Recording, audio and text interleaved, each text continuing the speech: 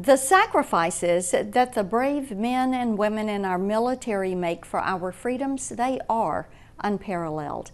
It is always a priority to fight on behalf of our military and make certain they have the necessary resources to defend our country abroad and feel supported here at home.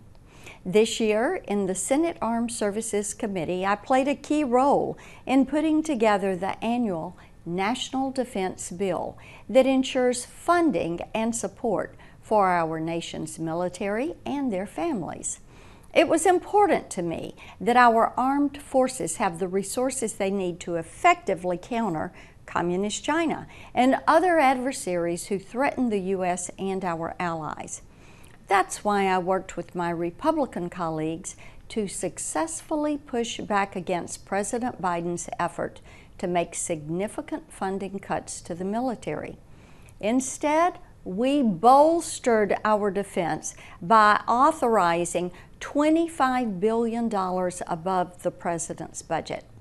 It's also why I fought to include a nuclear posture review in this year's bill, which requires President Biden's administration to produce a standalone report authored at the highest levels of civilian and military leadership that lay out their goals for the nation's nuclear program and details how they plan on investing in and strengthening it. It will also allow the U.S. to assess the nuclear capabilities of our adversaries, such as Communist China and Russia. It's imperative that we lead from a position of strength and make it crystal clear to Communist China that we will not tolerate their increasing aggression toward us or our allies abroad. In August, we watched horrified as Afghanistan fell into the hands of the Taliban.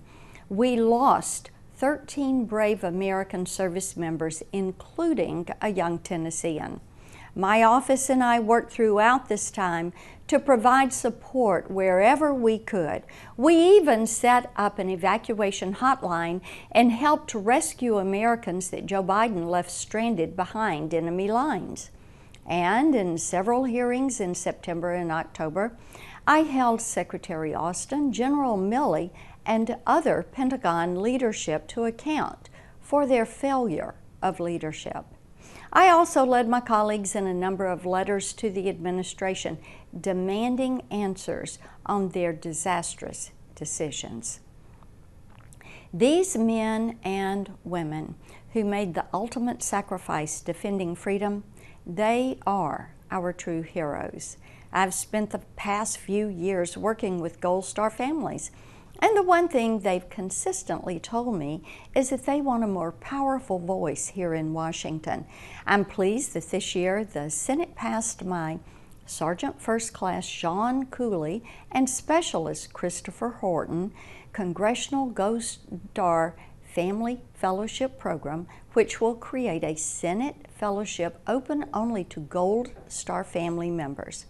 These fellows will have the opportunity to come to Washington at no cost to their families and work within the system our service members worked so hard to defend. Tennessee is home to some of the finest military men and women in our armed services, and it is my honor to fight for them and their families in the U.S. Senate.